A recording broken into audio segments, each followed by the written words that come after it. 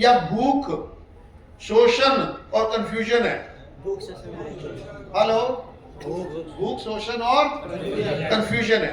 अच्छा, ये भूख, शोषण और कंफ्यूजन जानवरों में होती है कि इंसानों में होती है? अच्छा, इस भूख, शोषण और कंफ्यूजन का सबसे बड़ा जो विक्टिम है वो कौन होता है? रामायण के एग्जाम्पल से समझते हैं। पूरी की पूरी जो रामायण है, देखिए अन्यथा मत लीजिए, मैं किसी की भावनाओं को आहत नहीं कर रहा हूं, मैं केवल दृष्टि, चीजों को समझने की दृष्टि है। पीछे मैंने एक किताब लिखी है, मैं कभी शेयर करूंगा। भारत में लगभग 300 अलग अलग रामायणें लिखी गई है। कितनी? 300। जिस रामायण की हम बात करते हैं वो तुलसीदास की रामायण है, वो सन 500 कुछ में लिखी गई, 1500 कुछ में लिखी है, आज से 500 साल पहले लिखी गई है। और तुलसीदास ने जो रामायण लिखी, उसकी मूल प्रति अभी तक किसी को मिली नहीं है। असली कॉपी किसी को मिली नहीं है। हाँ, तुलसीदास के नाम से हमको मिलती है। तो तुलसी रामायण और वाल्मीकि रामायण सेम है या अंतर है? कितना अंतर है? बहुत बड़ा। जो तुलसी की जो रामायण है वो देव दानव युद्ध की है, परंतु जो वाल्मीकि की रामायण है वो धरातल पे चलती है, वो दो राजाओं का युद्ध है।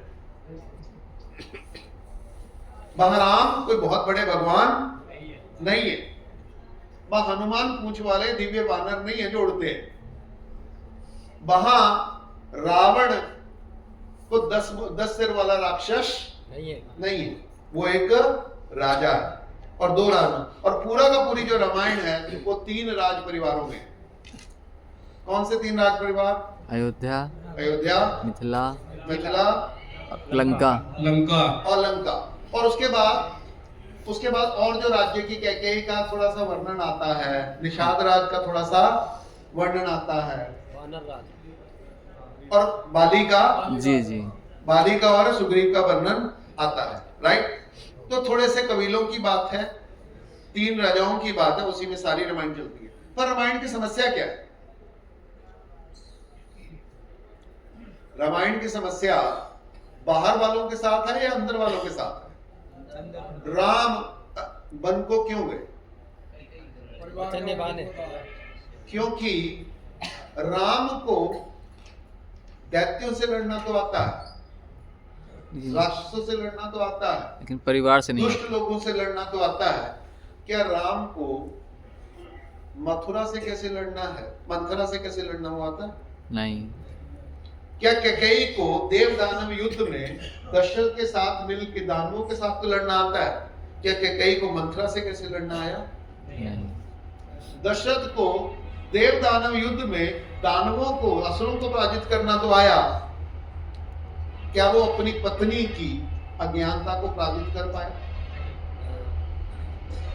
तो मुख्य समस्या क्या होती कि हमको अपने परिवार के लोगों को, परिवार में रहने वाले लोगों को समझना, समझाना और उनके साथ डील करना नहीं आया, और फलस्वरूप राम सिंहासन पे योग्य होते हुए भी नहीं बैठते। उसके लिए किसी ने षड्यंत्र किया था, उसमें कोई आक्रमणकारी आए थे, उसमें कोई देवदानव आए थे? नहीं, वो केवल घर की समस्या है और राम घर से निकल जाते हैं, राइट।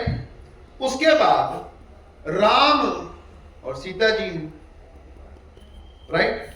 सीता जी को और राम के बीच में ये इस बात के लिए, भगवान होते हुए भी इस बात में समस्या हो जाती है कि सीता जी को असली और नकली हिरण के बीच में अंतर करना नहीं आया, राइट। वहां पे एक आदिवासी या जंगल में रहने वाली किसी प्रजाति की महिला आती है जिसका नाम सुलूपनका है, वो तो असुर जाति की है। उनके लिए स्त्री पुरुष के जो संबंध हैं वो ब्याह के बिना भी चलते हैं। उनका तो संबंध ये है, उनकी रीति रिवाज ये है कि जो पुरुष आपको पसंद आया आप उसको अपना व्यक्त करो, आप उनके साथ प्रणय कर सकते हो, वो तो सम्मानित महसूस करते हैं। तो ऐसे जाके वो उनको प्रपोज करती है। राम जी उसको हैंडल नहीं कर पाते, वो लक्ष्मण जी को डरकाते हैं और लक्ष्मण भी उसको हैंडल नहीं कर पाते, उसकी नाक काट देते हैं। फिर वो रोती रोती किसके पास जाती है? अपने भाई के पास। अब भाई भी उसको हैंडल नहीं कर पाता, वो भी क्रोधित हो जाता है, वो आदमी की तरह कैसे डील करना उसको भी नहीं आता। वो क्या करता है, वो तुमने मेरी बहन की नाक काटी, मैं तेरी पत्नी उड़ा दूंगा। मर्यादा है, वो उसको मर्यादा भी तो समझनी पड़ती है ना। मर्यादा है ना, तभी उन्होंने। अब बाली और सुग्रीव भाई हैं, उनको एक भाई के तौर पे एक दूसरे के साथ रहना नहीं आया। वो भी परिवार की समस्या है। और बाली को भी परिवार में नहीं रहना आता, वो अपने भाई की पत्नी को 10 मिनट बाद लेके बैठा है। और रावण को भी अपनी पत्नी होते हुए भी दूसरे की स्त्री के ऊपर है। तो समस्या कहाँ है? कौन से देवदानव की समस्या? सारी समस्या क्या है? अपने परिवार और अपने पड़ोसियों के साथ रहना समझना आया नहीं है। कवियों ने उसको इतना अलंकृत करके देव, दानव, दशानन, ये जन्म, वो जन्म, ये असुर, वो वरदान, उस पर इतना फैलाया, जो मूल समस्या थी उसके ऊपर किसी ने उसका ध्यान आकर्षण ही नहीं किया। चलो वो तो बात ठीक है। फिर राम जी की चलो युद्ध भी हो गया, मार भी लिया, असुर दानव पराजित हो गए, सारे के सारे मानव जीत के अयोध्या वापस आ गए। तो राम जी को अपनी पत्नी के साथ रहना आया? पड़ोसी को नहीं डील कर पाए, प्रजा से नहीं डील कर पाए। प्रजा वो छोटा सा सवाल था, उसका बचकाना सवाल था या असली सवाल था? तो बचकाने सवाल को ऐसे डील किया जाता है जैसे किया गया, राइट? चलिए वो बाहर चले गए, अब उनके बच्चे होते हैं, तो राम को अपने बच्चों को, क्योंकि वो प्रेग्नेंट थी, तो अपने बच्चों को डील करना आया। अब फिर वो बच्चे वो जंगल में रहते हैं, वो घोड़ा पकड़ लेते हैं और वो उसके साथ युद्ध करते हैं। और जो बच्चे हैं वो अपने अपने अपने चाचा को, अपने ताऊ को, सबको मार देते हैं। भरत, लक्ष्मण, शत्रुघ्न सब युद्ध में किसके द्वारा मारे जाते हैं? वो तो चलो बाद में ऋषि कृपा होती है, अमृत वर्षा होती है, उनको पुनः जीवित कर लिया जाता है। तो क्या उनको परिवार में एक पीढ़ी के साथ, 2 पीढ़ी के साथ, पिछली पीढ़ी के साथ, अपनी पीढ़ी के साथ रहना आया? अगर ये आ गया होता तो रामायण होती? सर एक सेकंड के लिए, सर हमारी जो जितनी भी जो संस्कृति है, तो ये बात नहीं है कि हम किसी धर्म के बारे में बात कर रहे हैं। वास्तव में ये है कि जो मर्यादा है, जो संयम है, अनुशासन है, और जो मर्यादा की पालन है, यही तो रामायण सिखाता है। वही तो मैं कह रहा हूँ, मर्यादा की रामायण हमारे जीवन में आ जाए तो सब समस्या का समापन हो जाता है, क्योंकि राम जी ने एक आदर्श राज दिया है। अरे आ रहा हूँ मैं, आ रहा होगा आदर्श, इसको हम निकार नहीं सकते। अरे मैंने कब निकाला भाई? मैंने कहा वो राजा अच्छे थे, क्या वो पिता अच्छे थे? कॉन्टेक्स्ट दे रहा हूं। आप क्या है कि रामायण राजनीतिक ग्रंथ है या पारिवारिक ग्रंथ भी है? भाई भाई में प्यार होना चाहिए, वो उन्होंने निभाया, भाई भाई के साथ उन्होंने निभाया, परंतु वहां केवल भाई भाई का रिश्ता नहीं है, इंसानों के साथ, क्योंकि सारी समस्या इंसानों के साथ है।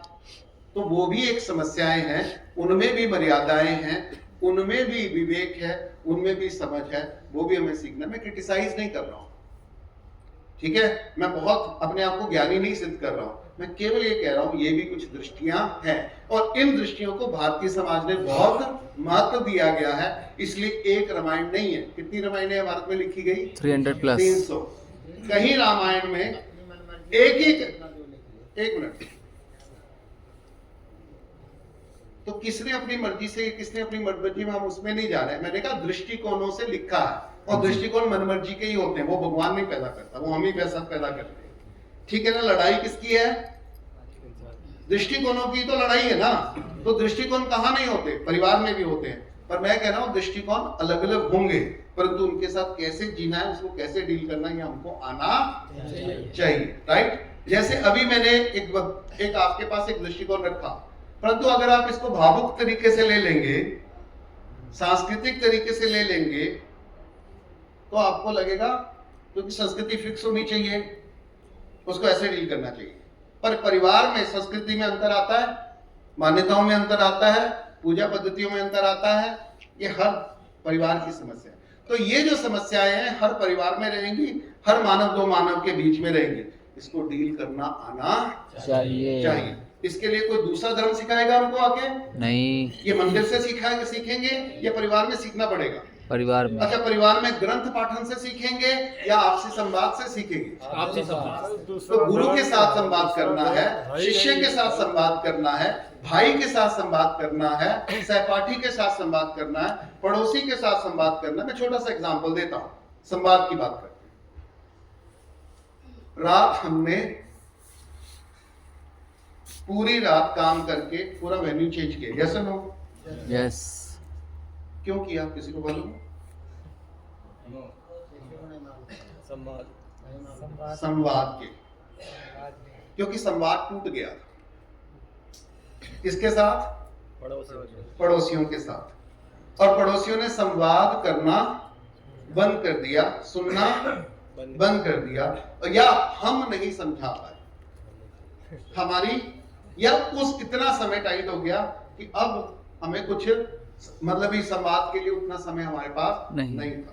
परंतु अभी भी वो तो हमारे पड़ोसी तो है ना, उन्होंने हमको 4 दिन सहयोग दिया, उसका शुक्रिया हमको उनका करना चाहिए कि नहीं करना चाहिए? राइट? अगर उनको कोई असुविधा हो गई है तो उसकी माफी उनसे मांगनी चाहिए कि नहीं करनी चाहिए? मांगनी चाहिए। उनकी मान्यता कुछ हो सकती है, उनकी भावना कुछ हो सकती है, ये मान्यताएं और भावनाएं बदलने वाली है, पर वो भी इंसान है और मैं भी इंसान हूं, ये तो शाश्वत सत्य है। बिल्कुल। राइट और नॉट? ये मिलेनियम है, वो उनका है, ये दोनों तो साथ में रहने वाले हैं, अपनी मान्यताओं के साथ अपने साथ हैं। तो कैसे इनके बावजूद भी एक दूसरे के साथ रह सके?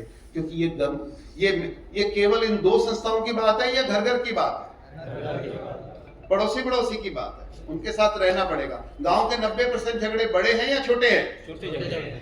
सबसे ज्यादा झगड़े पड़ोसियों में हैं या भाइयों में हैं? घर से बाहर है, घर के अंदर है? तो घर के अंदर के इन झगड़ों को कैसे समझें, कैसे हैंडल करें, ये हमको सिखाना पड़ेगा कि नहीं सिखाना पड़ेगा? जी। वो कहां सिखाएंगे? अपने। अगर माता पिता नहीं सिखा पाए तो ही हमें गुरु की शिक्षा है। तो हमारा गुरुकुल जो होगा उसमें आज की जो दुनिया का सबसे बड़ा जो खतरा है वो परिवार व्यवस्था के ऊपर है, यस और नो? और उस परिवार व्यवस्था को सिखाने के 2 तरीके बताए गए। एक मर्यादा, भावना, बलिदान, जो रामायण में सिखाया गया। क्या वो पूर्ण है? क्या वो हर जगह सफल है? दूसरा युद्ध किसमें सिखाया? महाभारत क्या है? महाभारत की सारी समस्या क्या है? देवदानव की समस्या नहीं है, परिवार की समस्या है। धर्म कहां से आ रहा है? परिवार के अंदर आ रहा है, राइट? तो परिवार के नियमों का हम पालन नहीं कर रहे, ना बड़े कर रहे हैं, ना छोटे कर रहे हैं, ना भाई कर रहे हैं, राइट? तो वहां तीनों पीढ़ियां एक दूसरे को मार रही हैं, एक दूसरे का साथ का शोषण कर रही है। ये भी हमको सीखना पड़ेगा। इसलिए हम कहते हैं कि घर घर में महाभारत हो रही है। तब हो रही थी या आज भी हो रही है? आज भी। अच्छा, हिंदुस्तान और पाकिस्तान की मुख्य समस्या क्या है? धर्मों की समस्या है या 2 लीडर की समस्या है? यानी 2 देशों के जो लीडर हैं वो एक दूसरे के साथ बैठ के अपनी समस्याओं को इंसान के तौर पे सॉल्व नहीं कर सकते। उनको इंसान के तौर पे एक दूसरे के साथ डील करना नहीं आ रहा, इसलिए वो युद्ध की तरफ बढ़ रहे। और वही कर सकता है जिसे अध्यात्म ज्ञान, हाँ, उनको जिस जिस चीज की जरूरत है वो ज्ञान उनको देना जरूरी है। वो ज्ञान कहाँ दिया जाएगा? मंदिर में विद्यालय में या विद्यालय में? विद्यालय में, राइट? तो पेरेंट्स और शिक्षक दोनों का एक दूसरे के साथ सामंजस्य होना जरूरी है। परिवार का, पेरेंट्स का और टीचर का आपस में सामंजस्य होना जरूरी है। क्या ये सिलेबस का विषय होना चाहिए कि नहीं होना चाहिए?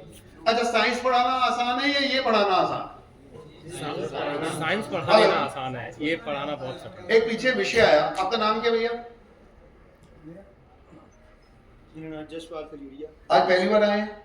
नहीं सर, मैं 20 साल से नहीं, स्वदेशी आंदोलन। अरे सुन तो रही भैया, इस कार्यक्रम में कोई 7वीं 8वीं बार आया हूँ, 4 साल से आ रहा हूँ।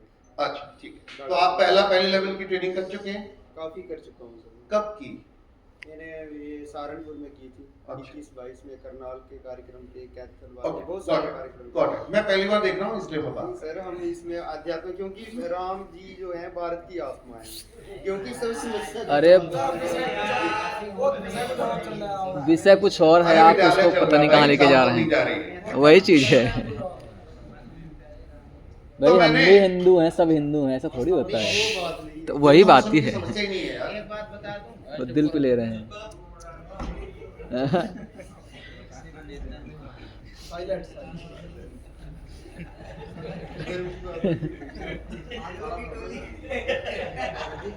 मैंने आईएएस नहीं पढ़ा, आईएएस के साथ साथ मैं अलग अलग गुरुकुलों के शिक्षकों को भी पढ़ाता हूँ। और कौन से विषय पढ़ाता हूँ? मैं मनोविज्ञान पढ़ाता हूँ। तो मेरी व्याख्या कौन सी होगी? मनोविज्ञान। मैं अध्यात्म भी पढ़ाता हूँ। तो अध्यात्म में मैं किसको पढ़ाता हूँ? मैं विज्ञान भैरव तंत्र पढ़ाता हूँ, मैं योग वशिष्ठ पढ़ाता हूँ, मैं उपनिषद पढ़ाता हूँ, ठीक है।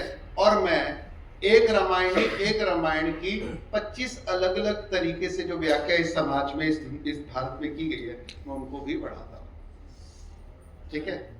तुलसी उनमें से मात्र एक व्याख्या, बाकी भी व्याख्या बड़ी महत्वपूर्ण है, ठीक है। उनके बहुत महत्वपूर्ण आयाम है और वो अध्यात्म से कहीं भी नीचे नहीं, राइट। पर समस्या अध्यात्म में है ही नहीं। समस्या तो अध्यात्म के नाम पे हम जो आधा अधूरा समझ लेते हैं, मान्यताएं समझ लेते हैं, भावुक हो जाते हैं, उसमें है। ओके, तो मैं बात कह रहा था कि इस दुनिया का सबसे बड़ा क्राइसिस है आदमी को आदमी के साथ रहना। हाँ, ठीक है। हमें भगवान के साथ रहने में तो कोई दिक्कत नहीं है, हमें राम जी के साथ भी दिक्कत नहीं है, हमें कृष्ण जी के साथ भी दिक्कत नहीं है, हमें बुद्ध के साथ भी दिक्कत नहीं है। दिक्कत किसके साथ है? अपने भाई के साथ, अपने बच्चों के साथ, अपने पड़ोसी के साथ और अपने साथ उसके साथ कैसे जीना है, ये विषय होना चाहिए। तो मैंने भारत के सभी गुरुकुल में, गुरुकुल व्यवस्था में जो श्रेष्ठ गुरुकुल है उसके साथ काम करता हूँ। तो हमारा इच्छा हुई कि भारत में गुरुकुल शिक्षा को बढ़ाना चाहिए। वर्तमान जो आधुनिक शिक्षा है वो सोशियोकॉल,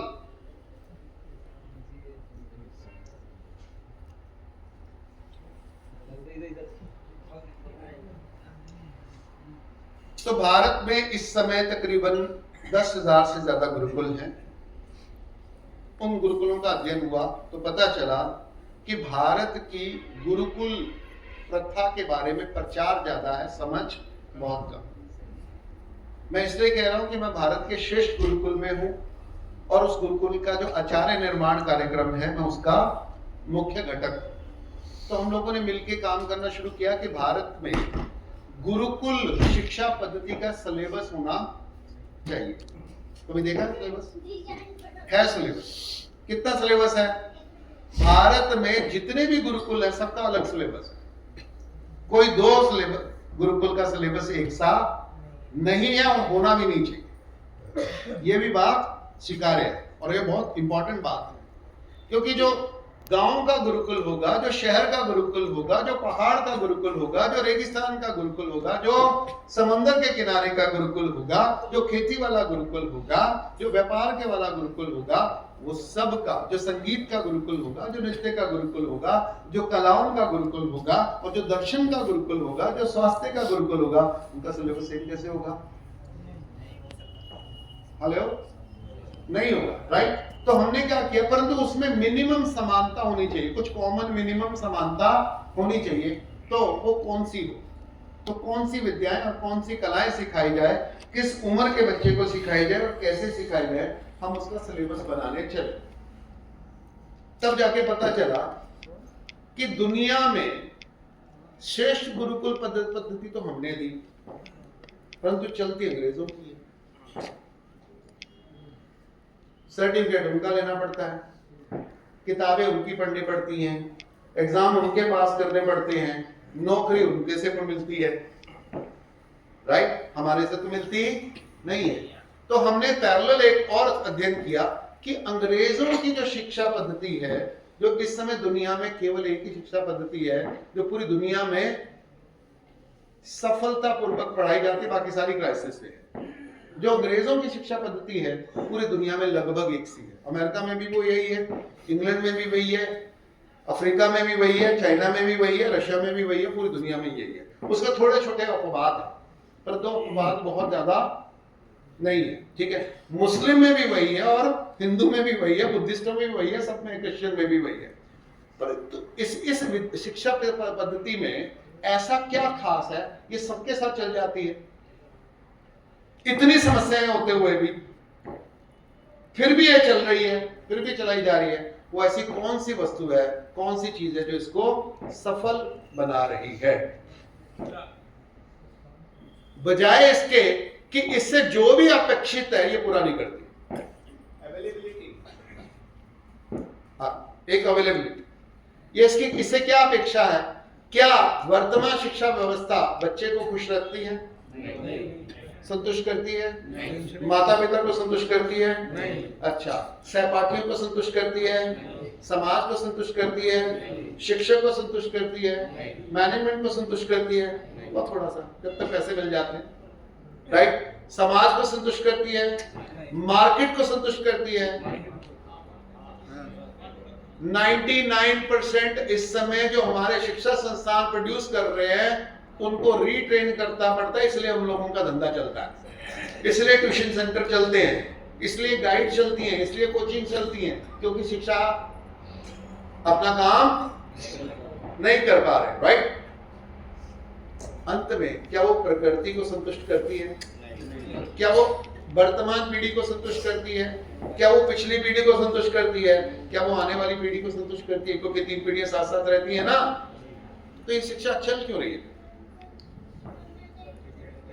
तो ये शिक्षा चल क्यों रही है? हमने कहा कि इसने, मैकाले ने सारी दुनिया की शिक्षा को तबाह कर दिया, केवल भारत की नहीं, उन्होंने चीन की शिक्षा को भी तबाह किया, उन्होंने जापान की भी त्याग किया, उन्होंने इस्लाम को भी की तबाह किया, उन्होंने बुद्धिस्टों को भी तबाह किया, केवल हमारे को तबाह नहीं किया। और उन्होंने क्या किया? उनकी शिक्षा जो चल रही थी बहुत समय से, उनको रिप्लेस करके अपनी शिक्षा ली और सब जगह वो सरवाइव कर रही है। कभी किसी ने इसका अध्ययन किया? क्यों, कैसे? इतना विरोध होते हुए भी हम उसका विकल्प क्यों नहीं दे पाए? क्योंकि दलाली तौर पे चल रही है, के आधार पे चल रही है। क्यों नहीं? तो आप मैकाले का इतना विरोध करते हुए हमको 200 साल 250 साल हो गए और आज तक हम मैकाले का विकल्प नहीं खोज पाए, क्यों नहीं? मैंने इस एक मुद्दे के ऊपर 3 साल रिसर्च किया, 3 साल लगाए मैंने। आईएएस एकेडमी का डायरेक्टर था मैं, 14 आईएएस ट्रेनिंग सेंटर संभालता था, उसको मैंने छोड़ के इस गुरुकुल में आके बैठना स्वीकार किया ताकि मैं इस एक मुद्दे का जवाब ढूंढ सकूं।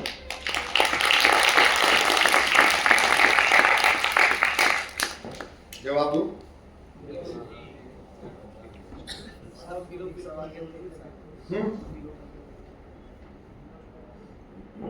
जवाब है, इस दुनिया में पिछले सेशन में मैंने बात की कि 3 किस्म के लोग हैं। ये जो शिक्षा है ये किसको सूट करती है? शोषक को, शोषित को, या लाभार्थी को? ये शिक्षा किसको, किस चीज का निर्माण करती है? केवल और केवल लाभार्थी पैदा करती है, यस और नो? और इस शिक्षा को चलाते कौन है, संभालते कौन है? लाभार्थी। और वही उसको सिस्टम को ऊपर सारी दुनिया के ऊपर थोपते हैं, नंबर 1। नंबर 2, ये जो लाभार्थी है ये कैसे काम करते हैं? उनके जीने की, उनके काम करने की, उनके सोचने की एक स्ट्रक्चर है जिसको मिडिल क्लास कहते हैं। लाभार्थी में कौन कौन आ जाता है? फिर से अपन रिवाइज कर लेते हैं। कौन कौन आ जाते हैं लाभार्थी में? वकील, शिक्षक, डॉक्टर, मास्टर, जज, IAS, IPS, अकाउंटेंट, सरकारी नौकर, ये सारे कौन है? इस वर्तमान सिस्टम के कौन है? लाभार्थी। यानी किसी और को फायदा होता ना हो, शिक्षक को तनख्वाह, मजा आता हो ना तो शिक्षक को तनख्वाह मिलती है, राइट? सबसे ज्यादा बोर कौन है? शिक्षक। फिर भी वो रोज जाता है, रोज वही काम करता है, और क्योंकि उसको तनख्वाह मिलती रहती है, राइट? क्योंकि उसका सर्वाइवल उससे फुलफिल होता है। मैंने देखा कि हर चीज की एक स्ट्रक्चर होती है और हर वर्ग एक स्ट्रक्चर में जीता है। उस स्ट्रक्चर में को अगर उसकी स्ट्रक्चर बनी रहे तो वो उस चीज को चलाता रहता है, भले उससे वो खुश हो या ना खुश हो, उसको चलाता रहता है, राइट? उसको ऐसे समझते हैं कि एक बार दो दोस्त जा रहे थे और एक तख्ता पड़ा था, उसमें एक छोटा सा वो पिल्ला बैठा था, राइट? और वो पिल्ला बैठा च्यू च्यू कर रहा था। तो दूसरे दोस्त ने कहा ये अरे बच्चा बेटा, ये जो पिल्ला है ये च्यू च्यू क्यों कर रहा है? तो उसने कहा कि यार वो जिस पे बैठा है ना उसके नीचे एक खील है, वो खील इसको चुभ रही है, इसलिए वो च्यू च्यू कर रहा है। तो कहता है पिल्ला पागल, अगर वो खील चुभ रही है तो वो वहां से उठ क्यों नहीं जाता? वो कहता इतनी भी नहीं चुभ रही, इतनी भी नहीं चुभ रही कि आपको ये व्यवस्था चुभती है परंतु इतनी भी नहीं चुभती। आपको अपनी पत्नी चुभती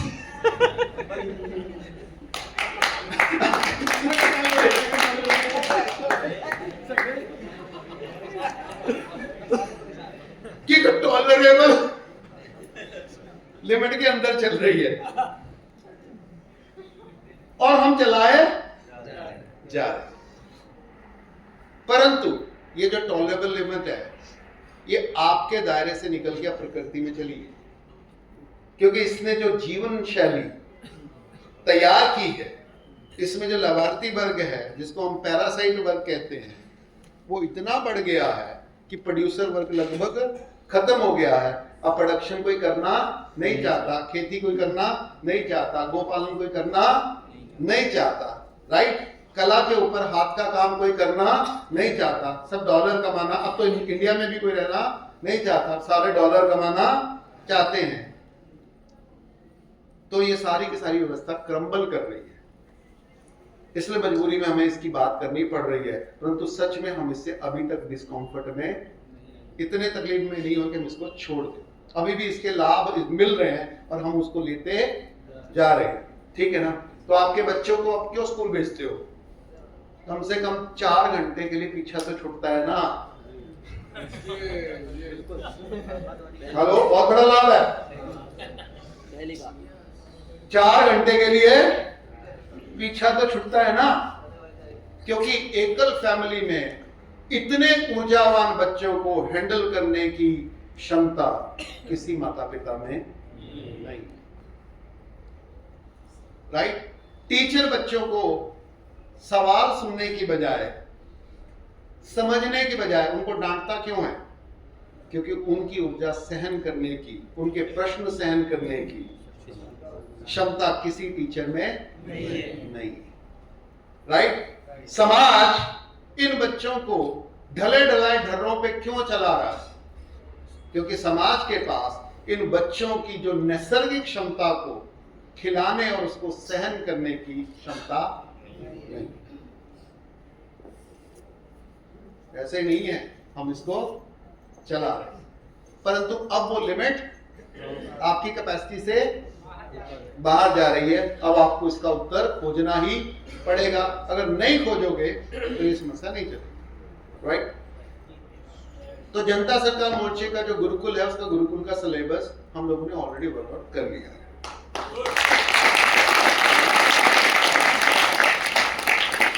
सिलेबस बड़ा सिंपल है, ज्यादा नहीं है। अपने साथ कैसे जीना, परिवार के साथ कैसे जीना, समाज के साथ कैसे जीना और देश के साथ जीना, ये मूल विषय है। इनमें जीने के लिए जो विद्याएं और कुशलताएं आपको सहायक होंगी वो आपको सिखाई जाएंगी। कहीं खेती की ज्यादा जरूरत होगी, कहीं पशुपालन की ज्यादा जरूरत होगी, कहीं सर्विस एंड टेक्नोलॉजी की ज्यादा जरूरत होगी, कहीं वाणिज्य की जरूरत ज्यादा होगी, वो उसको बढ़ाया घटाया जा सकता है, क्योंकि वो कुशलताएं हैं, वो क्रियाएं हैं, वो बढ़ाई घटाई जा सकती है। परंतु कौन सी चीजें हैं जो बढ़ाई घटाई नहीं जा सकती? बच्चे ज्ञान अपने बारे में परिवार के साथ, समाज के साथ, प्रकृति से आजा, इसको कॉम्प्रोमाइज नहीं किया जा सकता। ये हमारा कॉमन सिलेबस है। नैतिकता हमारा कॉमन सिलेबस है, विवेक हमारा कॉमन सिलेबस है, अपने ध्यान के ऊपर कैसे काम करना है ये हमारा कॉमन सिलेबस है, अपनी नैसर्गिक क्षमताओं को विकसित पहचानना, उसका विकास करना, ये कॉमन सिलेबस है। ठीक है, इंग्लिश पढ़ाना के संस्कृत पढ़ाना के फ्रेंच पढ़ाना के मैथमेटिक्स पढ़ाना के हिस्ट्री पढ़ाना, ये ऑप्शनल सब्जेक्ट्स, ये मिनिमम चाहिए, ये काम चलाऊ चाहिए। परंतु विवेक जो है, ज्ञान है, इसका ऑप्शन नहीं, ये सबको चाहिए, वो हमेशा चाहिए और हर एज में चाहिए। ओके, तो ये सिलेबस का मोटा मोटा फ्रेमवर्क है, और उस फ्रेमवर्क की और डिटेल में बात कर सकते हैं, पर वो तब होगी जब हम शिक्षा के बारे में बात कर सकें। राइट। दूसरा है कि समाज का इस समय जो दूसरा सबसे बड़ा क्राइसिस है वो हेल्थ का क्राइसिस है। किसका क्राइसिस है? हेल्थ का क्राइसिस है। तो हेल्थ का जो क्राइसिस है, तो क्या वर्तमान जो डॉक्टर हैं उससे डॉक्टर खुश है, पेशेंट खुश है, मैनेजमेंट खुश है, समाज खुश है, मार्केट खुश है, प्रकृति खुश है? मार्केट खरीदने और बेचने वालों से बनती है, अकेले बेचने वालों से नहीं बनती। राइट। इसलिए इसमें मैनिपुलेशन और दुख और चलता रहता है। फिर भी यह व्यवस्था चल रही है, क्योंकि अभी भी ये लाभार्थी को पोषित कर रही है। तो हमको क्या करना है?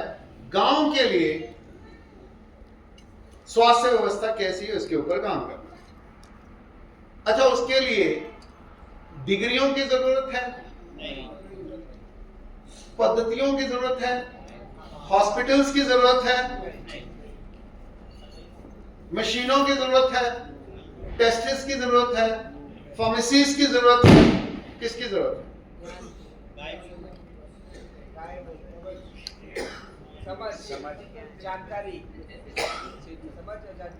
हेलो, स्वास्थ्य और संयम की जरूरत है। ठीक है, तो उसको हम बोलते हैं संजीवन क्रिया। संजीवन क्रिया का मतलब है आहार की जरूरत है, आहारचर्या, व्यवहारचर्या, विचारचर्या, व्यायामचर्या। और अगर ये 4 चर्याएं में आप फेल हो जाते हो तब आपको औषधि की जरूरत पड़ती है। औषधि हमारी उपलब्धि नहीं है, औषधि हमारी मजबूरी है। तो उसको मजबूरी की तरह देखा जाए, उसको उपलब्धि की तरह ना देखा जाए। हमें बीमार का इलाज करना ये हमारी उपलब्धि नहीं होनी चाहिए। आदमी बीमार ना पड़े उसको सुनिश्चित करना ये हमारा स्वास्थ्य कार्यक्रम और शिक्षा का कार्यक्रम गांव-गांव में होना चाहिए। ये सुनो, आदमी बीमार ना पड़े। और भारत में और चीन में, दोनों में ये व्यवस्था थी। और खासकर मैंने देखा है ये यूरेशिया के जितने भी देश हैं, चीन में, भारत में, रशिया में, इवन ईरान में, इसमें क्या था कि शिक्षक को और वैद्य को दोनों को पगार नहीं है। इनका कार्य ये नहीं था कि उनको पढ़ाना है या उनको इलाज करना है। इनका पहला मतलब वैद्य का काम था कि आदमी बीमार ना पड़े, इसको सुनिश्चित करना। इसलिए मुझे याद है कि हमारे गांव में, हमारे शहर में रहते एक वैद्य हुआ करते थे। वो एक थैला लेके निकलते थे, बचपन में हमारे घर आते थे। वो क्या करते थे? रोज एक एक घर जाते थे। वो एमबीबीएस थे पर वैदिक भी जानते थे। एमबीबीएस होने के बावजूद वो वैदिक जानते थे, और वैदिक जान के वो जाते थे। उनके मतलब स्टेथोस्कोप भी होता था उनके साथ, उमन कॉपी पेन रखते थे और बहुत जरूरी दवाएं रखते थे। वो एक एक घर जाते थे, वो सबका हालचाल पूछते थे, फिर वो ऋतुचर्या समझाते थे, फिर वो आहारचर्या समझाते थे, फिर मौसम समझाते थे। राइट। और फिर उनका क्या निदान वो बैठ के समझाते थे। और ज्यादातर 90% निदान वो आपकी ये खान पान में क्या परहेज करना है, क्या स्वास्थ्य संयम का, वो सारा कुछ उसको समझा के जाते,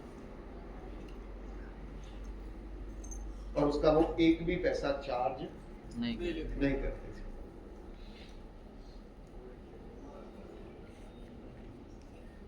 राइट? परंतु आजकल क्या है, हम आर्टिफिशियल व्यवस्थाओं में रह रहे हैं। खान पान, ऋतुचर्या, भोजन, दालें, सब कुछ मिक्स हो गया। तो क्या स्वस्थ है, क्या अस्वस्थ है, इसकी पूरी की पूरी चेन करप्ट हो चुकी है। ऐसा ना हो, आपका दूध, दही, शक्कर, सब्जियां, इंजेक्शन, पालक, चीनी, नमक, सब कुछ मिलावट के साथ है, केमिकलाइज्ड है। तो इनको कैसे हैंडल किया? इसको शहर हैंडल नहीं कर सकता। क्यों? क्योंकि शहर क्या करता है, इसकी जो सारी की सारी आहार चेन है, वो उसके लिए वो निर्भर है किसके ऊपर? गांव के ऊपर। अच्छा, गांव में जो भोजन है वो पक तो गांव में ही रहा है, ऐसा ना हो, तो उसमें केमिकल कौन डाल रहा है? शहर वाले। जोर से बोलो। गांव वाले बड़े शुद्ध होते हैं, बड़े ईमानदार होते हैं। तो गांव वाला ये जानते हुए भी यह शुद्ध है, फिर भी उसमें इंजेक्शन डालता है। लालच। क्यों डालता है? टीचर ये जानते हुए भी इसका लाभ नहीं होगा, फिर भी वही पढ़ाता है और वैसे पढ़ाता है। जज ये जानते हुए कि इसका फैसला का कोई फायदा नहीं है, फिर भी वो उसी तरीके से फैसले करता रहता है। पॉलिटिशियन ये जानते हुए भी कि इससे जनता का कोई लाभ होने वाला नहीं है, क्योंकि वो गांव से निकले हैं ज्यादातर पॉलिटिशियन, फिर भी वो ऐसे ही काम करता रहता है। ऐसा क्यों करता है? एनीवे, किसी के पास जवाब है? लाभ और लालच। तो दुनिया में सनातन परंपरा किसको कहते हैं और गैर सनातनी परंपरा किसको कहते हैं, मैं आपको बिल्कुल 2 शब्दों में आपको स्पष्ट करता हूं, आप 1 मिनट में पहचान जाओ। लंबी कहानी को शॉर्ट करते हुए, कि भारत की जो समाज व्यवस्था है वो ग्रामीण समाज व्यवस्था थी, जिसमें शहर में केवल और केवल 5 से 10% पॉपुलेशन रहती थी, 90% से ज्यादा पॉपुलेशन कहां रहती थी? गांव। गांव उत्पादन का केंद्र थे और शहर एक्सचेंज का, जो गांव में जो भी उत्पादन होता था उसका जो सरप्लस है, वो सरप्लस का जो लेन देन या व्यापार होता था वो शहरों में होता था, या राजा वहां रहता था। शहर केवल और केवल इसलिए हुआ करते थे, अन्यथा शहर की और कोई उपयोगिता नहीं। आज भी है क्या? प्रशासक या मतलब वहां से क्या है, थोड़ा एंटरटेनमेंट निकाल दो, थोड़े से ऑफिशियल और पॉलिटिशियंस को निकाल दो, और थोड़ा सा ट्रेड और मार्केट सेंटर को निकाल दो, तो शहर क्या है? कचरा। हेलो, कबूतर खाना है, राइट? तो उत्पादन का केंद्र हमारे गांव है। तो भारत की जो अर्थव्यवस्था थी वो उत्पादन की अर्थव्यवस्था थी, क्योंकि भारत का समाज क्या था? जहां 4 वर्ण एक साथ रहते थे, जहां 18 जातियां एक साथ रहती थी, जहां 32 बरादरी 36 बरादरी एक साथ रहती थी, जहां 72 कलाओं को जानने वाले लोग और 64 कलाओं को जानने वाले लोग एक साथ रहते थे। उसके बिना ये उत्पादन की व्यवस्था को सुचारू चलाना असंभव था, राइट? तो भारत की जो अर्थव्यवस्था थी वो उत्पादन आधारित अर्थव्यवस्था थी, जो गांव में केंद्रित थी। इंडस्ट्री भी गांव में थी, हथकरघा भी गांव में था, खेती भी गांव में थी, और उत्पादन के सारे केंद्र भी गांव में। और उत्पादन 72 कलाओं के समावेश के बिना संभव नहीं है, वो सारे के सारे गांव में थे। तो ये सारे मिलकर उत्पादन करते थे, और उत्पादन का जो सबसे बड़ा इंपॉर्टेंट चीज था वो अनाज था, जिसमें बहुत कम डाल के बहुत अधिक उगता है। क्या भारत का आजकल एक भी ऐसा गांव है जिसमें उस गांव की जरूरत से 10 गुना ज्यादा उत्पादन नहीं हो रहा? हेलो, जितनी आपकी खदाने की, उस खदाने की जो आप वहां हो रहे हो, उसकी गांव की जरूरत को देख लिया जाए तो उससे कम से कम 10 गुना हो रहा है कि ज्यादा हो रहा है? ज्यादा हो रहा है। तो जहां 10 गुना ज्यादा हो रहा है वो गरीब होगा या अमीर होगा? परंतु हो तो उल्टा रहा है। तो समस्या उत्पादन में नहीं है, तो समस्या किसमें है? जो हम उत्पादन कर रहे हैं उसकी कीमत नहीं मिल रही, ये असली समस्या। तो प्रॉब्लम उत्पादन में नहीं है, प्रॉब्लम क्षमता में नहीं है, प्रॉब्लम क्या है? मार्केट में। तो हम उसका उत्तर गांव में गांव छोड़ के ढूंढ रहे हैं, मार्केट के। तो 90% जो लोग हैं वो शहर आ रहे हैं मार्केट की तलाश में, क्योंकि हमने मार्केट का निर्माण गांव में नहीं किया। अच्छा, गांव में मार्केट का निर्माण क्यों नहीं हुआ? एनीवन, गांव में मार्केट का निर्माण क्यों नहीं हुआ? कभी सोचा है आपने? और अगर आप इसके बारे में नहीं सोचोगे, आप कोई व्यवस्था परिवर्तन नहीं कर सकते। इस प्रश्न के जवाब को ढूंढे बिना आपका व्यवस्था परिवर्तन नहीं हो सकता, क्योंकि आपकी समस्या उत्पादन नहीं है। आपकी समस्या बच्चों का उत्पादन नहीं है, खूब बच्चे पैदा कर रहे हो। आपकी बच्चा फसलों का उत्पादन नहीं है, खूब फसलें पैदा कर रहे हो। और इतनी फसलें पैदा कर रहे हो कि 1947 में जब यह देश आजाद हुआ तो 33 करोड़ थे, उनके लिए भी आपके पास खन खजाने नहीं था। परंतु फिर भी आपने इतनी मेहनत की, जय जवान जय किसान से लेके आपने इतनी मेहनत की कि आज आप 150 करोड़ हो, और उसके 150 आपकी 1 इंच जमीन बड़ी नहीं है, rather घटी है। फिर भी आप 133 करोड़ का पेट नहीं भर सकते थे, आज 150 का पेट भर के भी 3 साल का स्टोर करके बैठे हो। इतना समृद्ध है भारत का किसान, इतनी है भारत की उत्पादन क्षमता। इसलिए हमारा प्रधानमंत्री कहता है कि भारत तो पूरी दुनिया का पेट भर सकने में सक्षम है। वो किसके बल पे कहता है? किसान के।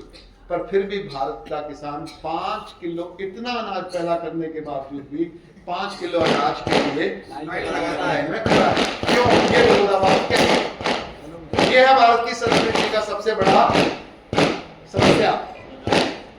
वो धार्मिक है, वो राम भक्त है, फिर भी 5 किलो अनाज के लिए लाइन में खड़ा, क्योंकि राम भक्ति से यह समस्या सॉल्व होने वाली नहीं।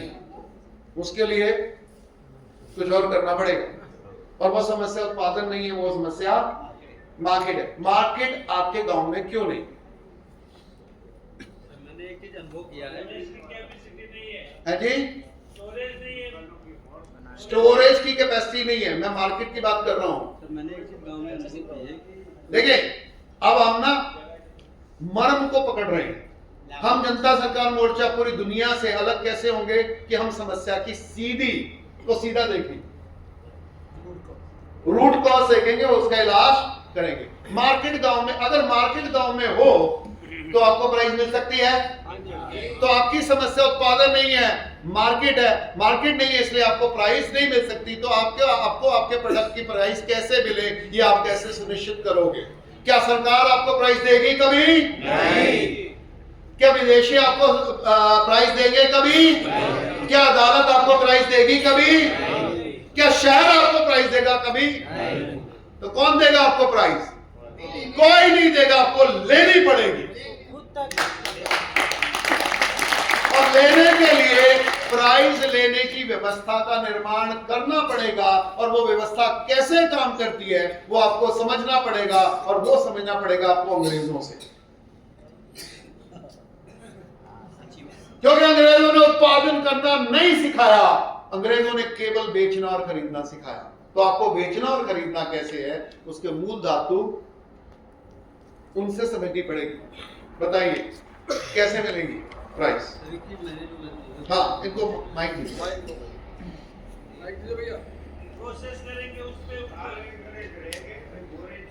एक अनुभव किया मैंने कि गांव में ये समस्या है। दादा, आप 70 साल से ये बात कह रहे हो, कोई फर्क पड़ा? बोलो, आप बोले, पीछे न देखो। आप काले अंग्रेज चले, गोरे अंग्रेज चले गए, काले छोड़ गए, ये बात आप 70 साल से कह रहे हो, कोई फर्क पड़ा? मेरे को तो ब्राह्मणों ने पागल घोषित कर रखा है कि ये पागल है, इसकी बातों में नहीं आना। वो तो बात सही है, पर फर्क क्या पड़ा?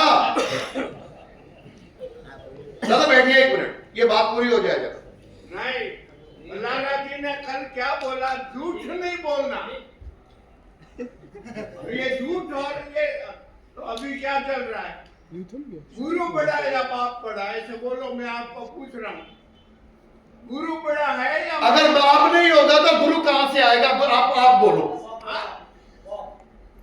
बाप बड़ा है ना गुरु बड़ा? मैं ये पूछ रहा हूँ आपसे। जो मेरी सर्विस है मैं सर्विस देके दूसरे को देता था और दूसरे को काम करता थोड़ा ऊंचा बोलो और माइक पे बोलो, क्योंकि आप वक्ता हो इस समय। तुम कहीं भाग के जा रहे का, कहीं दिल्ली का? आप अपनी बात अपने तरीके से कहिए और दम से बोलिए। लगाओ, ऐसे लगाओ, ओके? करो मत, तरीका है सीधा खड़े रहो मत हो, और हाथ आगे रखो और तन के खड़े रहो। सीधे खड़े मेरे जैसा वजन वाला आदमी आपके सामने तन के खड़ा, कितनी देर से? 3 घंटे अब लगभग 5 घंटे होने वाले हैं, राइट? ठीक है ना? ये जरूरी है इसका बात। खड़ा कैसे होना है? बात में दम करना है, आवाज में दम करना है, तो शरीर में दम दिखाना पड़ेगा। सीधे खड़े रहो, उधर तन के खड़े रहो। अब बोलो। एक अनुभव ऐसा किया है कि जो पहले अब हमारी आई ना आवाज? जी हाँ। पहले जो हमारी व्यवस्था थी कि हम सर्विस एक्सचेंज करते थे गांव में, कि हम एक काम कर रहे हैं तो हम अगले को सर्विस दे रहे हैं और अगला आदमी हमें सर्विस दे रहा है। सह अस्तित्व की, सह संबंध की व्यवस्था थी। और हम क्या है, मूल्य नहीं शेयर करते थे, कुशलताएं शेयर करते जी, थे, कुशलता सर्विसेज शेयर करते जी, थे। जी, सर्विसेज शेयर करते हैं। ठीक है? तो आज भी वो फिट बैठती है, लोग तैयार हैं उसके लिए, लेकिन क्योंकि उनके पास वो जो मूल्य चल रहा है, मुद्रा चल रही है, वो अदा करने की कहीं कुछ कमी है या फिर वो कर नहीं पा रहे हैं। इसके कारण वो जो है लालच, थोड़ा कुछ लालच है, कुछ और चीजें हैं जिसके कारण वो मार्केट नहीं बन पा रही है। Okay, very good. इनका जोरदार तालियां हैं। उन्होंने बिल्कुल सही कहा। तो हम दोस्तों थोड़ा संक्षिप्त करेंगे, थोड़ा गहराई में जाएंगे। Anyone else? मार्केट क्यों नहीं बन रही गांव में? मार्केट को तैयार नहीं कर पा रहे, मतलब क्यों नहीं कर पा रहे? आपके जीन में प्रॉब्लम है? एडवर्टाइजमेंट नहीं कर पा रहे। एडवर्टीजमेंट इज नॉट मार्केट, वो मार्केट का छोटा सा हिस्सा है। एनीवन? आपको बेचना नहीं आता, वो तो 2 दिन में सिखाया जा सकता है। मेरे जैसा आप ट्रेनर ले लो।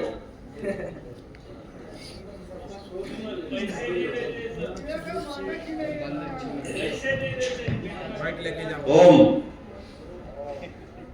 जो मार्केट की जो व्यवस्था थी वो एक चैन टूट गई है। आज सीधी सीधी बात बताऊं, गांव में गलियों में फेरी लगाया करते, सूत दे दो, बदले में कपड़ा ले लो, या बदले में खेस ले लो, या बदले में दरी ले लो, चादर ले लो, और उसी में कितने सूत के बदले में उसको कितना कपड़ा मिलेगा या आगे वो मिलेगा। ये मैं एक उदाहरण दे रहा हूँ, वो हर चीज के लिए है। बहुत अच्छा उदाहरण है ये। तो ये मतलब अब शर्म आती है, घर घर जाके कौन मतलब वो करे। अब शर्म आओगी तो वही व्यापार नहीं मिलेगा। घर आके कोई पैर पूछेगा जब व्यापार कराएंगे। शर्म नहीं होनी चाहिए, पहली बात तो शर्म खूबी। आप कह रहे हो कि मार्केट बेशर्म होके ही मार्केट डेवलप होगी? नहीं, वो देखिए। अच्छा, दूसरी बात ये है कि हमारे दिमाग में लालची सपने घुसा दिए। हम लालची सपने में जीवा हैं, इसलिए हम असली मार्केट को नहीं पकड़ पा रहे। बस इस शॉर्ट में इतना ही कहूंगा। चलिए अब एनीवन?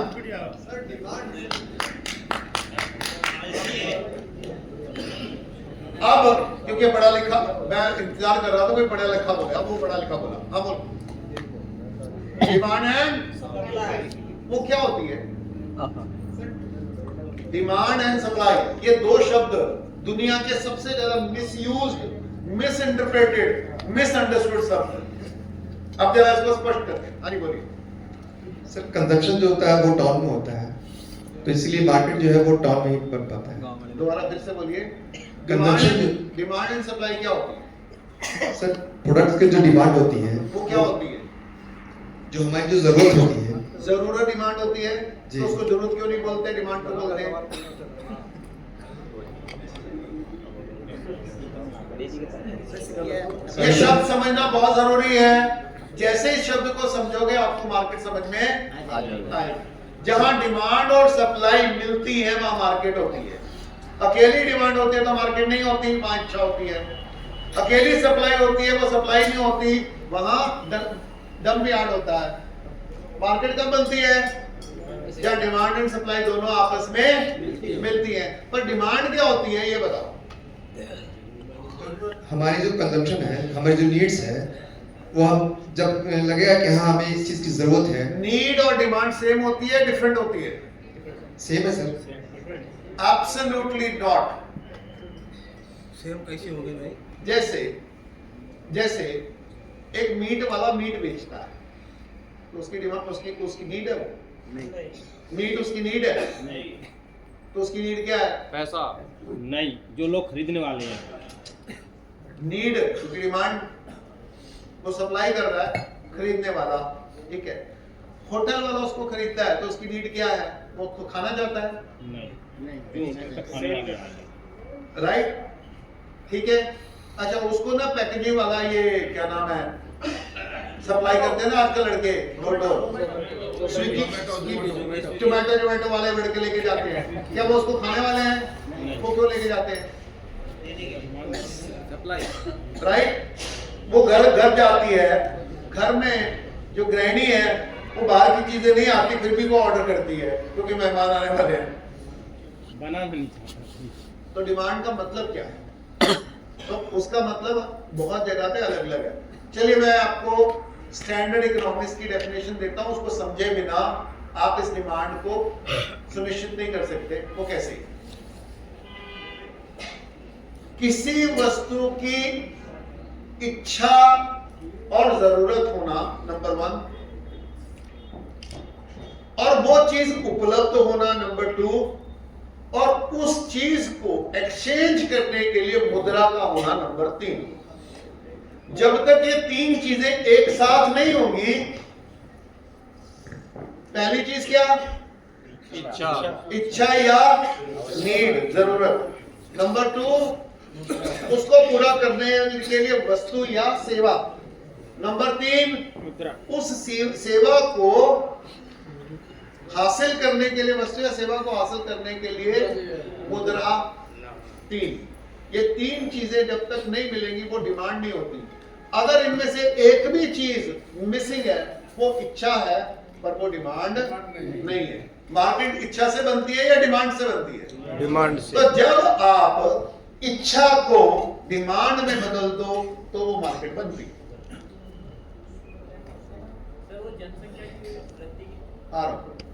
जब आप इच्छा को डिमांड से बदल सकते हैं, जैसे आपके घर में स्मार्ट मीटर लग रहे हैं, वो आपकी इच्छा है?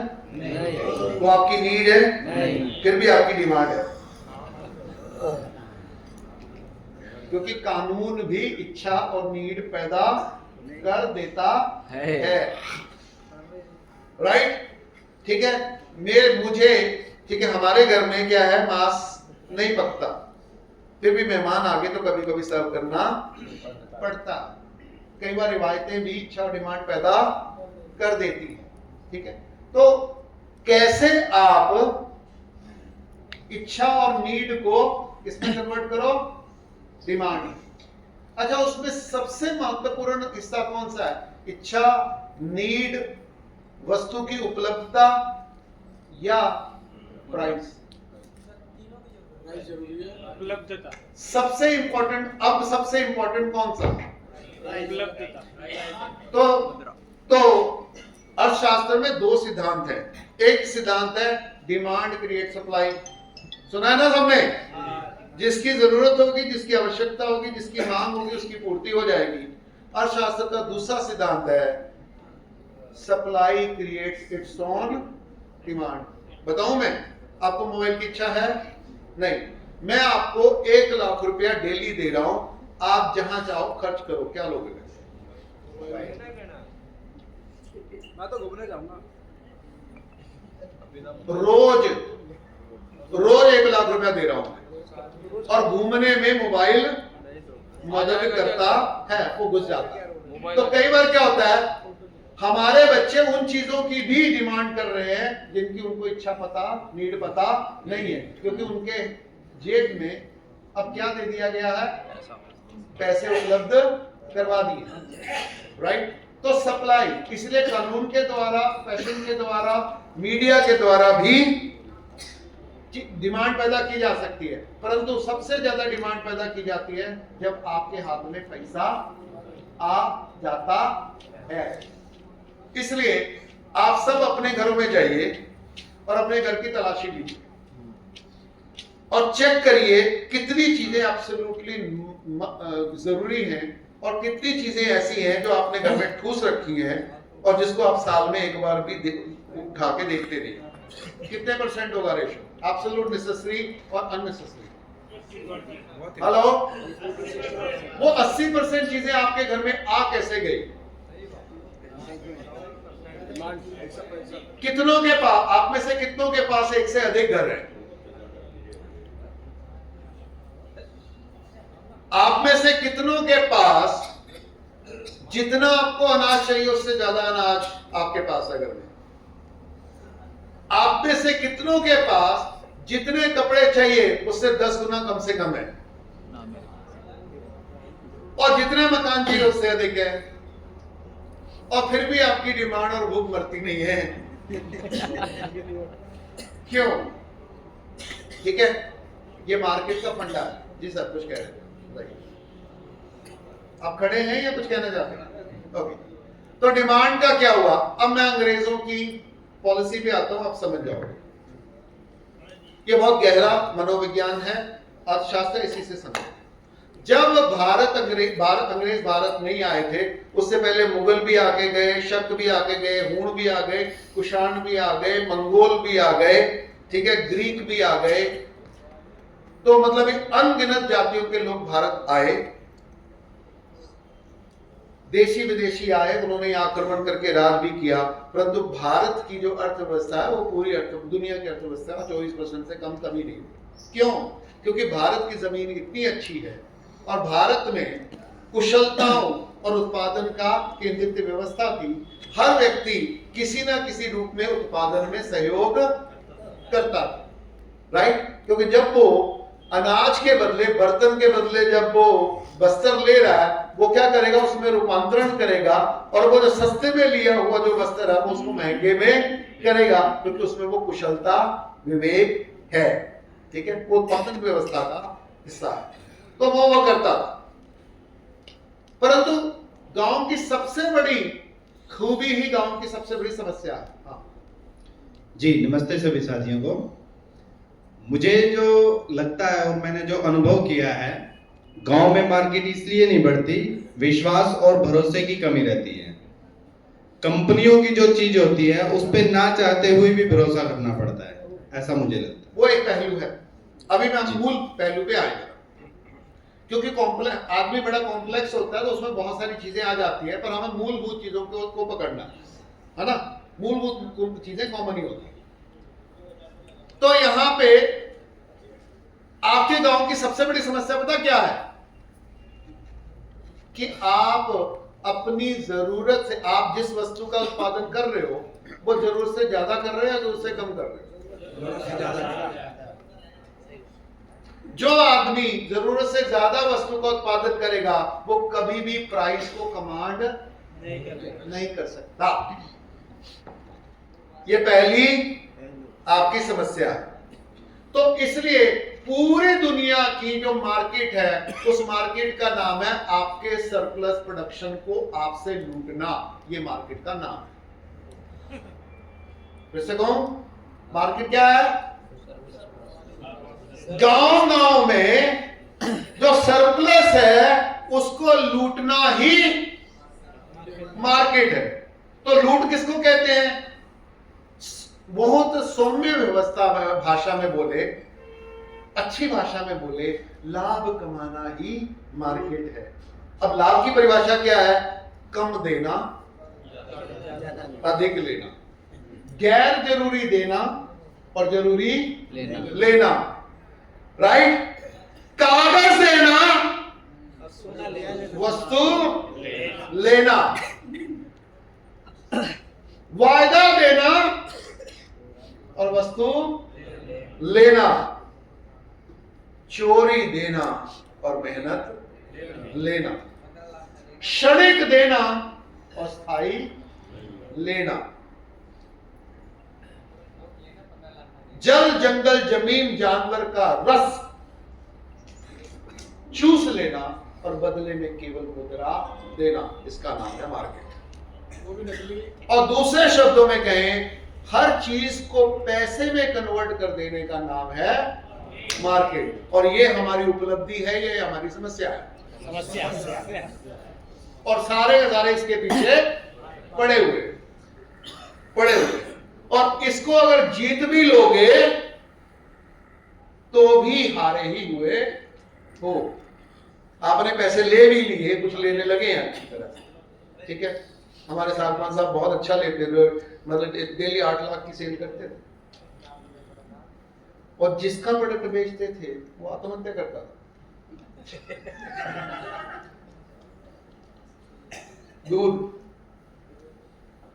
उसको कुछ नहीं मिलता, और जो बेच रहा है, तो मार्केट क्या है?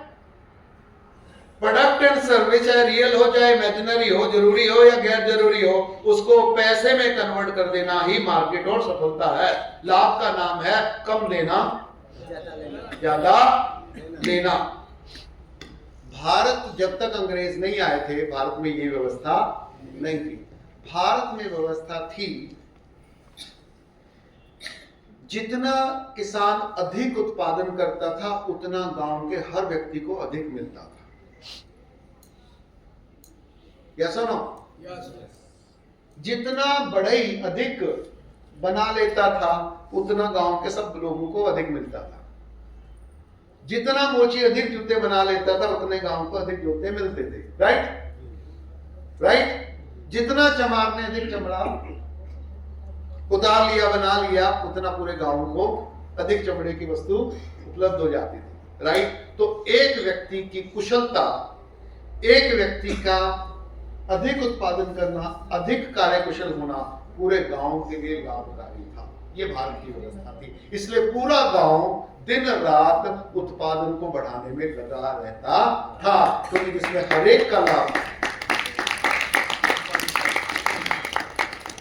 इस पूरी व्यवस्था को फिर जब पूरा गांव उत्पादन कर लेता था तो भी उनकी जरूरत से अधिक उत्पादन हो जाता था, तो हर गांव भारत का समृद्ध था और उनके पास अपनी जरूरतें पूरी करने के लिए भी अधिक उपलब्ध रहता था। और उसके बाद 72 कलाओं के बाद एक 73वीं कला वाला आदमी प्रकट होता है गांव में, जो गांव का हो भी सकता है, नहीं भी हो सकता। उसका नाम क्या है? तो ये वस्तु विनिमय से पूरा हो जाता था, राइट?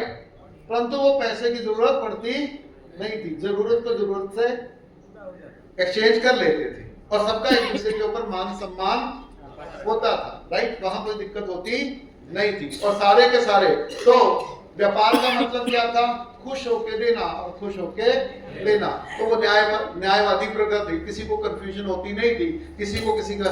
आपको भी याद होगा कि आपके बचपन में सभी लेन देन लेने वाले देने वाले छोटी छोटी मार्केट में, छोटे छोटे कस्बों में, छोटे छोटे गांव में जानते थे, इसलिए वो कभी मिलावट करते नहीं थे, इसलिए धोखा देते नहीं थे। पर आप कोई किसी को जानता नहीं है, इसलिए कोई किसी की शुद्धता की गारंटी दे सकता नहीं। तो अंग्रेजों ने पहली बार ये काम किया। वो आए, पे बनिया आता था, बनिया उस वस्तु को ले जाता था, लेके उस वस्तु को वो गांव से लेके वो शहर लेके जाता था। शहर में उसका वो आपस में विनिमय करता था। वो चांदी के बदले करता था, वो वस्तु के बदले करता नहीं था, राइट? तो मुद्रा के साथ जो विनिमय करता है वो व्यापारी होता है। वस्तु को वस्तु के साथ जो विनिमय करता है वो समाज होता है। समझ में आ रहा?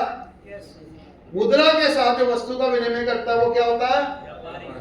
वस्तु के साथ जो व्यापार, जो आदान प्रदान करता है वो क्या होता है? समाज। तो समृद्धि किसका गुण है? मार्केट का गुण समृद्धि कभी नहीं हो सकता। क्योंकि सब जो मार्केट है वो आधारित ही इसी के ऊपर है, लाभ के ऊपर। लाभ का मतलब है कम देना अधिक लेना, राइट। वो क्या कम देता था?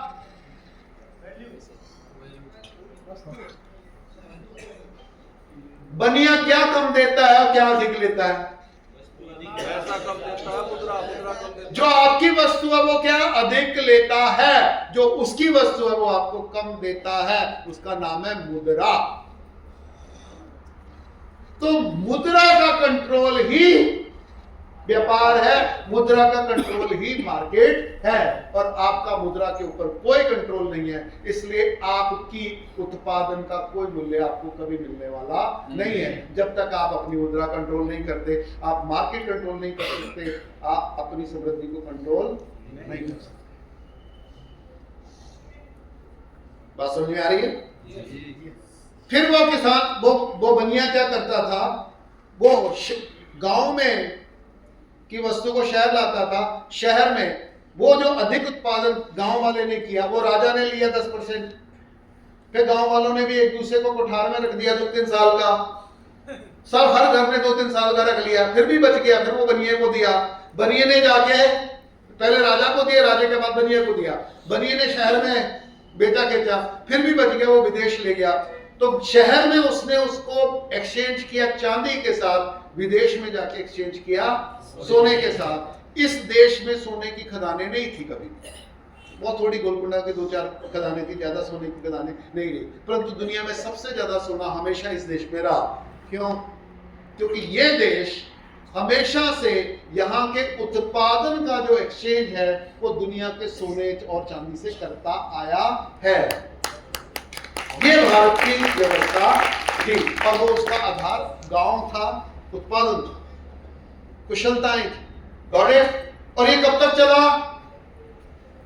अब महमूद गजनी आया, वो 17 बार लूट गया, और जब भी हम 1 साल बाद आता था वो मंदिर भरा मिलता था। वो कौन सी व्यवस्था थी जो उस मंदिर को भर रही थी? राइट। मोहम्मद गौरी है, उसने भी बहुत सारे आक्रमण के हर बार हार के जाता था, फिर भी यहाँ आता था। वो कौन सी व्यवस्था थी, वो कौन सी जीत थी जो गौरी को बार बार यही हारने के बाद भी ला रही? वो ये थी कि ये देश, चाहे कोई दुनिया भर के लोग यहाँ लूटने के लिए आए, यहाँ का सोना कम ही नहीं हुआ। वो सोना कहां से आ रहा था? तुम तलवार के बल से उसको लूट के लेके जाते थे, कभी कभी 10 साल में, 20 साल में, 50 साल में। यहाँ के जो व्यापारी हैं, यहाँ का उत्पादक है, गांव है, वो उत्पादन करता था। व्यापारी उन्हीं शहरों में, उन्हीं देशों में जाके जहां वो लूट के लेके गए, उसी को एक्सचेंज करके वापस ले आता। ये व्यवस्था है भारत की व्यापार व्यवस्था। तो दुनिया को व्यापार भी भारत ने ही सिखाया है, परंतु उन्होंने अच्छा व्यापार सिखाया है, समृद्ध व्यापार सिखाया। वो मुद्रा से समृद्ध हो रहे थे क्योंकि हम वस्तु में समृद्ध थे, और वो अपनी मुद्रा देके वस्तु से समृद्ध हो रहे थे जो हम उसको दे रहे थे। इसलिए भारत का अपने पड़ोसी देशों के साथ संबंध हमेशा अच्छा रहा, इसलिए भारत की मान सम्मान बना रहा। समझ में आ रहा है? जब अंग्रेज, इसलिए मुगलों के आने के बाद, सारे के सारे लुटेरे आने के बाद भारत का धन कभी खत्म हुआ नहीं। अंग्रेज 200 साल तक लूट रहे, फिर भी आज भी भारत का धन कम नहीं हो रहा। आज भी भारत के पास 25,000 टन सोना है। अमेरिका के फेडरल रिजर्व बैंक में केवल 8,200 टन सोना है। आज भी भारत के पास के नागरिकों के पास, मंदिरों के पास आज भी 25,000 टन सोना है। वो कौन सी व्यवस्था है जो इसको पैदा करती है? ओके, अब ये व्यवस्था कैसे टूटी और उसको दोबारा स्थापित कैसे करना है, जनता सरकार मोर्चा इस पूरी पद्धति को समझेगा और उसको पुनः स्थापित करेगा।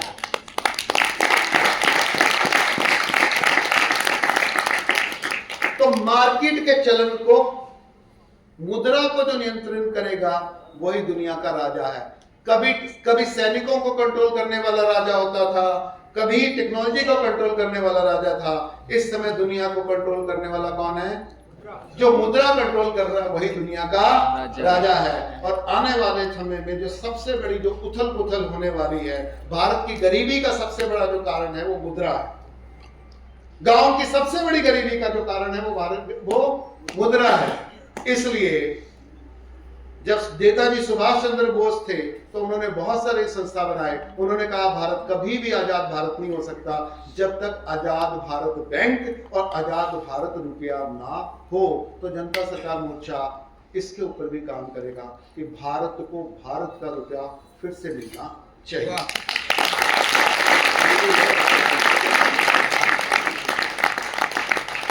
क्योंकि उसके बिना, क्योंकि वो ऐसा छेद है कि आप जितना भी भरते हो आप खाली रहते हो। तो उस छेद को भरने के लिए आपको अपनी मुद्रा लानी पड़ेगी, उस मुद्रा के ऊपर काम करना पड़ेगा। अब दुनिया में पहली बार एक मुद्रा की बात हो रही है, तो हमको एक मुद्रा नहीं अनेक मुद्राओं के ऊपर भी काम करना पड़ेगा। कैसे करना पड़ेगा उसकी हम बात में करेंगे। मोटी मोटी बात समझ में आ रही? ठीक है। तो जनता सरकार मोर्चा कहाँ काम करना चाहते हैं हम? एजुकेशन में, हेल्थ में, और स्वास्थ्य में, और न्याय में, और राजनीति में, और जल जंगल जमीन जानवर प्रकृति के संतुलन में। ठीक है। ये कौन करेगा? ये स्कूल में पढ़े हुए लोग करेंगे, हम लोग करेंगे, राइट? तो हम लोग कैसे करेंगे? हम समझेंगे, समझाएंगे, सीखेंगे, सिखाएंगे, करेंगे, कराएंगे।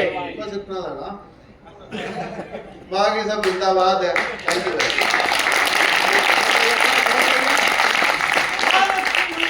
परिवार की भी है, पत्नी का सामना भी है, माँ बाप की भी फटकार डांट और सब वो लगती है। तो मतलब हमारे सामने मतलब ये कैसे है कि भाई पहली प्राथमिकता ये है जो जनता सरकार मोर्चे ने काम हमको दिया है, तो उस कामों को इग्नोर करके इतना महत्व मतलब कैसे ये दिया जाए। 3 दिन की ट्रेनिंग के लिए आपको याद है ना पिछले 4 दिन में 5 दिन में क्या क्या समस्या चल रही थी? मैं आपको बार बार एक शब्द बोल रहा था, ठीक है? मैं ये बोल रहा था ये हारने और जीतने की लड़ाई नहीं है, ये लड़ाई में बने रहने की लड़ाई है, राइट? क्योंकि ये सारा का सारा जो प्रॉब्लम है, जिन प्रॉब्लम की आप कर रहे हो, वो प्रॉब्लम क्या है? वो आपने पैदा नहीं की। इसलिए जब वो जहां से पैदा हुई है वहां तक पहुंचे भी, जब तक नहीं पहुंच जाते तब तक लगे रहो। मेरा यही था, बाकी समस्याओं से भी टकराते हुए और इसको प्राथमिकता पे ये भी रखना है, तो इसका यही है भाई लगे रहो, पिच पे टिके रहो। 2020 नहीं, टेस्ट मैच खेलना। देखो भारतीय पद्धति सिंपल है कि अपने ये वाली में भी समस्या है, होने वाली में की भी समस्या है, ठीक है? अगली वाली में भी समस्या होने वाली है, तो अब वाली पे टिके रहो। नहीं समझ ये है ना, 600 लोगों का रजिस्ट्रेशन हुए, अब वो सब आना चाहते थे, मतलब इतनी उनकी दिली होती है, सब आना चाहते थे, लेकिन चलिए हम विषय पे आते हैं। इससे जो है वो बाकी उनको वो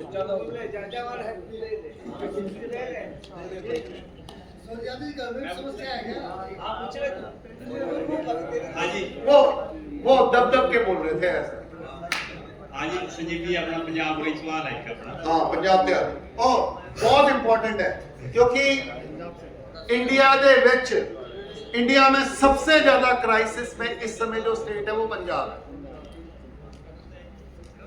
जिसको आप बड़ा भाई कह रहे हो ना, वो सबसे बड़े क्राइसिस में है, जो सबकी मदद करता आया है, जो सबकी मदद के लिए तैयार है। इस समय सबसे बड़े क्राइसिस में वो है। अभी मैं उसकी बात करता हूँ, इनको करने दो। ਜਿਸ ਤਰ੍ਹਾਂ ਆਪਣੀ ਜਵਾਨੀ ਹੈ ਜੀ ਪੰਜਾਬ ਦੀ ਜ਼ਿਆਦਾਤਰ ਬਾਹਰ ਨੂੰ ਜਾ ਰਹੀ ਹੈ ਜੀ। ਹਾਂ ਉੱਥਾ ਜਿਹੜੇ ਗਏ ਹੋਏ ਨੇ ਤਾਂ ਕਹਿੰਦੇ ਆ ਵੀ ਨਾ ਅਸੀਂ ਇੱਧਰ ਜੋਗੇ ਰਹੇ ਨਾ ਉੱਧਰ ਜੋਗੇ ਰਹੇ। ਤਾਂ ਜਿਨ੍ਹਾਂ ਦਾ ਥੋੜਾ ਜ਼ਮੀਰ ਜਾਗਦਾ ਤਾਂ ਉਹ ਕਹਿੰਦੇ ਯਾਰ ਅਸੀਂ ਕਰਨਾ ਚਾਹੁੰਦੇ ਆ ਜੋ ਅੱਛੇ ਬਲ ਦੀ ਹੋਏ, ਤਾਂ ਉਹ ਫਿਰ ਉਹਨਾਂ ਵਾਸਤੇ ਕੀ ਸੋਲੂਸ਼ਨ ਹੈ? मार्केट तो निकल जो पिंड च आ जाओ। डॉलर दा मोह छड़ दियो, डॉलर दा मोह छड़ दियो।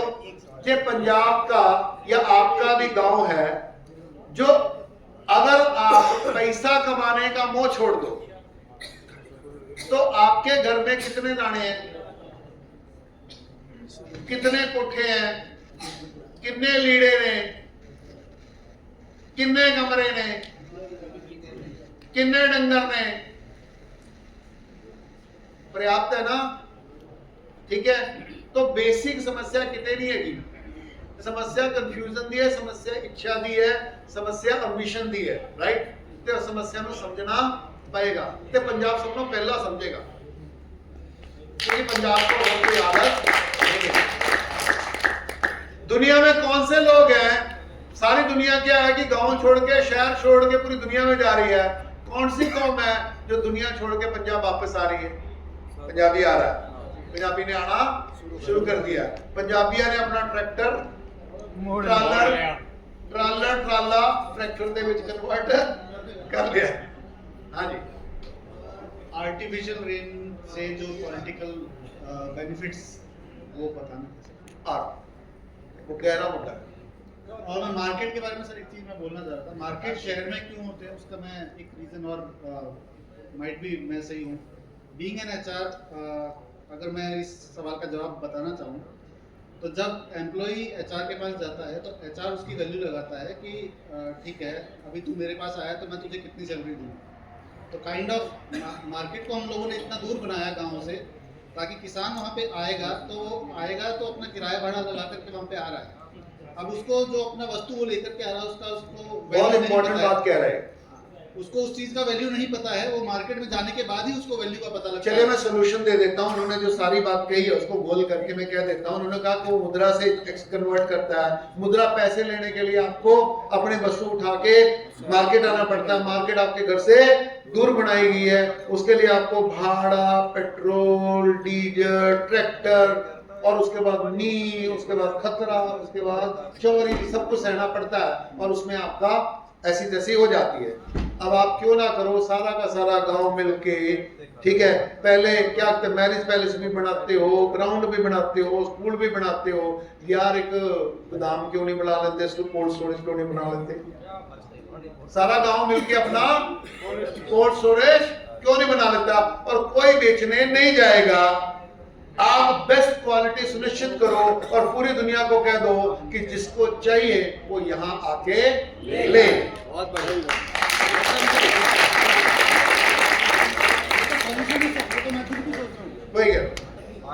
वही कह रहा हूँ। और इससे ये आपका पहला कदम है, ये अंतिम कदम नहीं है, ये आपका पहला जरूरी कदम है। अब आपको अपनी सप्लाई अपने कंट्रोल में करनी पड़ेगी। स्ट्रेस सेलिंग को खत्म करना पड़ेगा। जो बारिश का खतरा उसको हैंडल करना पड़ेगा और अपनी वस्तु को, अपनी चीज को स्टेबल करना पड़ेगा। और उसके लिए टेक्नोलॉजी व्यवस्थाएं उपलब्ध हैं। समस्या है कि आप जब बेचने जाते हो तो अकेले जाते हो, अब आपको पूरा गांव इकट्ठा होना पड़ेगा। परंतु गांव के बीच में संवाद करने वाला कोई नहीं है, समझाने वाला कोई नहीं है। वो काम जनता से काम हो वो करना है।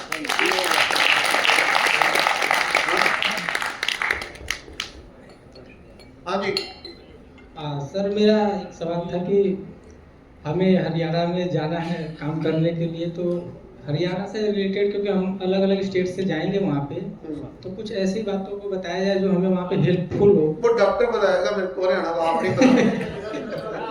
मुझे बिल्कुल नहीं पता। देखो भाई, हरियाणा वाला तो हरियाणा वाले तो मेरे से हैंडल नहीं होते, तुम्हारे साथ तो मुश्किल होने ही वाली है।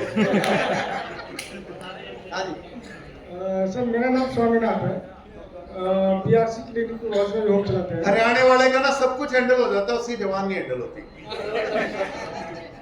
हाँ। किसी भाई ने पूछा था आर्टिजम एडीएचडी के बारे में, तो उसका मैं इलाज करता हूँ और एलोपैथी में उसका कोई इलाज नहीं है। सिर्फ आयुर्वेदिक में डॉक्टर बीआरसी सर ने उसका एक निकाला है कैन प्रोटोकॉल के जरिए ऑटिज्म एडीएचडी का इलाज संभव है, जो कि पेशेंट हमारे गांव के हमारे जिले में लगभग 10-12 पेशेंट हम ठीक कर दिए हैं। मैं आपके उसका साथ मैं आपके साथ बात करूंगा उसके बाद। उसका सिम्टम जो आप सब बता रहे थे, नहीं वो अभी क्या है कि संदर्भ नहीं है, उसके ऊपर सुबह बात करेंगे, अर्ली मॉर्निंग। मॉर्निंग का जो हेल्थ का सेशन होता है उसमें बात करेंगे। ठीक है। कौन? हाँ जी।